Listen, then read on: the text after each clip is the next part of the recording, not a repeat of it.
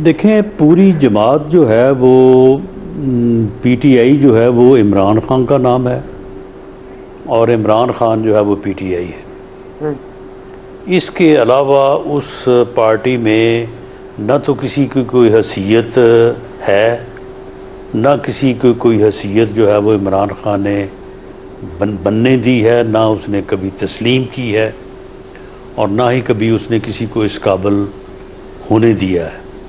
जहांगीर तरीन जैसे, अलीम खान जैसे, बल्कि अभी आप शाह महमूद कुरैशी की मिसाल ले लें तो वो आदमी जो पार्टी में अपने काम की वजह से जो है वो उसकी शनाख्त होने लगती है, तो इमरान खान साहब का ये रवैया रहा है तसलसल के साथ कि उन्होंने उस आदमी को या तो पार्टी से फारग कर दिया या पार्टी में एक ऐसी पोजीशन में लेके आए कि उसकी कोई हैसियत जो है वो ना रहे। तो इसलिए ये लफ्ज़ जो है ये भी इमरान खान साहब के से मुतल्लक ही जो है वो मंसूब है। उसकी वजह ये है कि इमरान खान साहब न किसी के साथ बैठने को तैयार हैं, न किसी के साथ गुफ्तगू करने को तैयार हैं। वो सियासी जमात के लीडर हैं लेकिन डायलॉग पे यकीन नहीं रखते। वो पार्लिमानी जमहूरी सिस्टम के तहत हुकूमत तो लेना चाहते हैं, वज़ीर आज़म भी बनना चाहते हैं, बन के रहना भी चाहते हैं, लेकिन वो पार्लियामेंट को तस्लीम नहीं करते। अपोजिशन जो कि पार्लियामेंट में, पार्लिमानी जमहूरी सिस्टम में गाड़ी का दूसरा पहिया होती है जिसके बगैर गाड़ी चल नहीं सकती, उसको जो है वो सिरे से ही जो है वो कहते हैं कि इसको मैंने छोड़ना ही नहीं है, इसको ख़त्म करना है। तो फिर एक ऐसा अंसर जो कि एक जमहूरियत में, एक सिस्टम में, एक मुआशरे में ऐसा हो कि वो बाकी किसी के साथ जो है वो ना मामला फहमी कर सके, ना वो बैठ सके, ना वो चल सके, ना वो गुफ्तगू कर सके, बल्कि वो उसका नज़रिया ये हो कि मैं हूँ तो पाकिस्तान है, मैं हूँ तो जमहूरियत है, मैं हूँ तो पार्लियामेंट है, वरना कुछ नहीं है। तो फिर ऐसे के मुतल्लक जो है वो फिर यही लफ्ज़ जो है वो सूट करता है कि वो आदमी जो है। मगर ये मुसीबत और आजमाइश और तकलीफ और ये फितना आपके साथ पार्लियामेंट में मौजूद है, इनके ये पार्लियामेंट में इनके अरकान मौजूद हैं।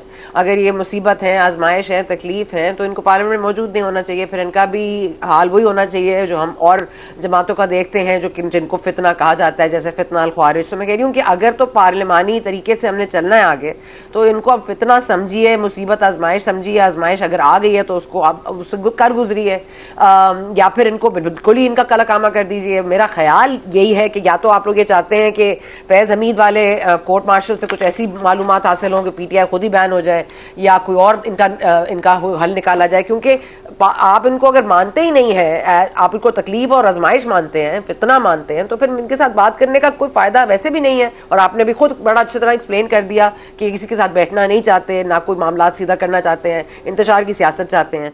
तो मैं से ये जानना चाहती हूँ कि what is your game plan, and में क्या हो, पीटीआई क्या बने?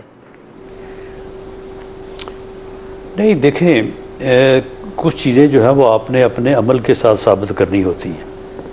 अगर मैं ये कहता हूँ कि वो आदमी जो है वो अपोजिशन को, जो कि पार्लिमानी डेमोक्रेटिक सिस्टम है, अपोजिशन की एक वैल्यू है, उसे तस्लीम करने से इनकारी है, वो बात करने से इनकारी है। डायलॉग जो कि किसी भी डेमोक्रेटिक सिस्टम या किसी भी जो है वो पार्लिमानी सिस्टम की रूह है, उससे वो इनकारी है। तो फिर उसके मुतल्लक कुछ चीज़ें जो हैं वो सामने लानी भी ज़रूरी है। जब ये हुकूमत में थे तो हम अपोजिशन में थे, हमारे ख़िलाफ़ केसेस बनाए जा रहे थे, हमें जेलों में ठोंसा जा रहा था, अज़ीज़ें दी जा रही थी। ऑन रिकॉर्ड है, हमने उस वक्त भी on the floor of the house कहा था कि जनाब आप जैसे भी वज़ीर आज़म बन गए हैं, जैसे भी इलेक्शन रिग हुआ, जैसे भी जो है वो हमारी सीटें जो है वो हमसे छीनी गई, लेकिन क्योंकि पार्लिमानी जमहूरी सिस्टम में आप वज़ीर आज़म बन गए, हम आपके साथ बैठने को तैयार हैं, हम आपके साथ गुफ्तगू करने को तैयार हैं, हम आपके साथ चार्टर ऑफ इकॉनमी करने को तैयार हैं। उस वक्त जवाब में जो इन्होंने कहा था वो रिकॉर्ड का हिस्सा है। अब हम गवर्नमेंट में है, वो अपोजिशन में है। On the floor of the house वज़ीर आज़म मियाँ शहबाज शरीफ साहब ने कहा कि आएँ, हम हर मामले पे आपके साथ बैठने, आपके साथ बात करने को तैयार हैं। उनकी तरफ से जो जवाब आया वो ऑफ द रिकॉर्ड हमें कहते हैं कि जी हम क्या करें, वो नहीं मानता तो हमारे तो पल्ले कुछ नहीं है। वो अगर हम बात भी करते हैं तो वो फिर हमें पार्टी से जो है वो पोजीशन से फारिग कर देता है। तो ये ऑन रिकॉर्ड चीज़ें हैं तो फिर ही मैं आपको ये बात कह सकता हूँ कि वो किसी के साथ बैठने या गुफ्तगू करने से इनकारी है, तो तभी जो है वो मेरी बात में वज़न होगा। अगर हम ये ना करें तो फिर तो सिर्फ एक बात रह जाएगी, उसका कोई सबूत नहीं होगा। तो हम राणा साहब, लेकिन बात ये नहीं है, बात ये नहीं है, सिर्फ बात करते रहे हैं सर। उतना ऐसा बाजवा साहब ने कोट अनकोट कहा कि मरियम नवाज का गला दबोच लेंगी हमारी खवातीन, और ये भी कहा गया कोट अनकोट 10 साल के लिए मियाँ साहब फारिग हैं, यहाँ से चले जाएं, मरियम नवाज फारिग हैं, यहाँ से चली जाएं। और चाहे जितने भी केसेस बने वो बाजवा साहब की मर्जी से या फैज हमीद की मर्जी से बने, इमरान खान साहब उसमें जरूर एक टूल थे, उनकी जरूर मर्जी शामिल थी, उनकी इमा पर बने, लेकिन इन्वॉल्वमेंट सबकी थी। लेकिन फिर ये क्या कि फिर सबको माफ कर दो, फिर बात तो वहीं आ गई ना, 2017 आपको वापस तो नहीं दिया जा सकता। नहीं तो फिर मामला ये है कि मामलात को आगे बढ़ाने के लिए कुछ चीज़ों को जो है वो दरगुजर करना पड़ता है।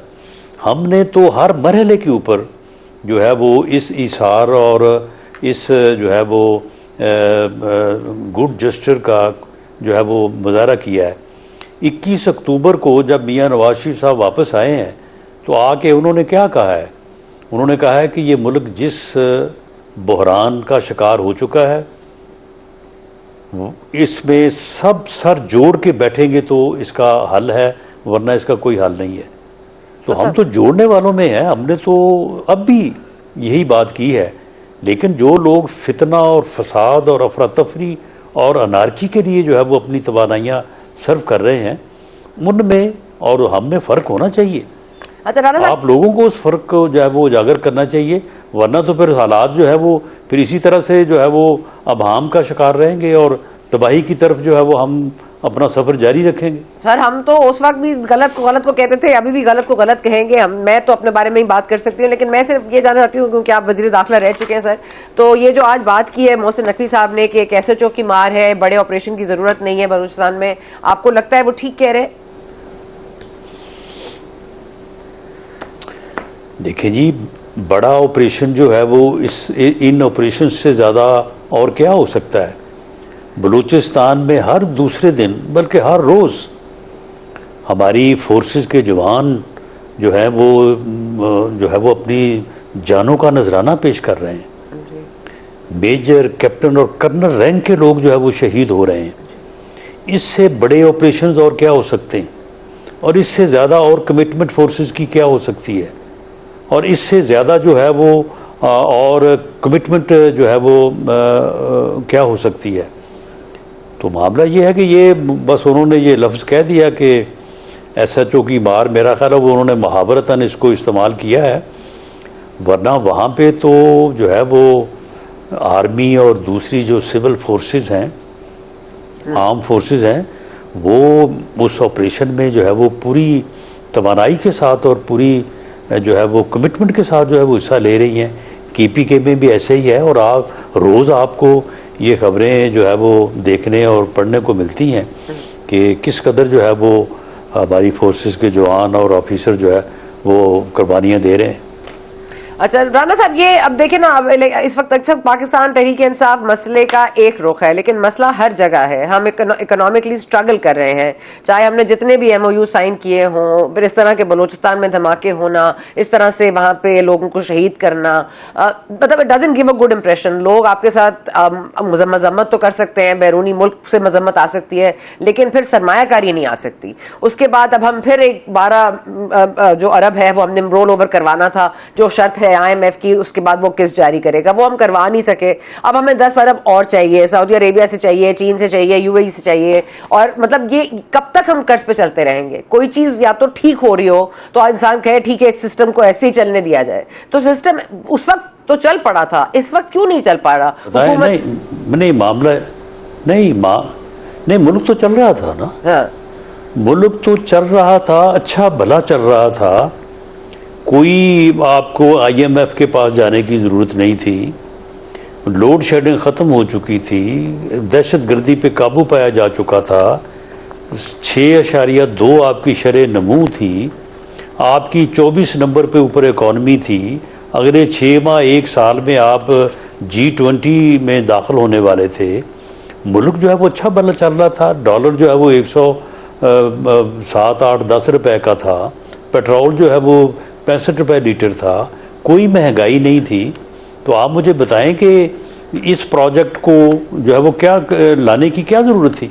सर, इस प्रोजेक्ट को लाने की फिर आपको सपोर्ट नहीं करना चाहिए था ना, फिर उसको मौलाना साहब की नहीं, मौलाना साहब की फिर बात पे अमल करना चाहिए था, जब उन्होंने 2018 में कहा था कि नहीं बैठो असेंबली में, इस सिस्टम को नहीं मानो, इस इलेक्शन को नहीं मानो, फिर आपको उस वक्त कर लेना चाहिए था। वो प्रोजेक्ट लॉन्च हुआ, आपने उसको लॉन्चिंग पैड प्रोवाइड किया और सिस्टम चला, 3-3.5 साल मुल्क चला ना, जैसे भी चला। हम तो कभी नहीं, सुन ले ना, सुन ले, हम कभी सिस्टम के बाहर खड़े होके या सिस्टम से बाहर होने की बात हमने कभी भी नहीं की।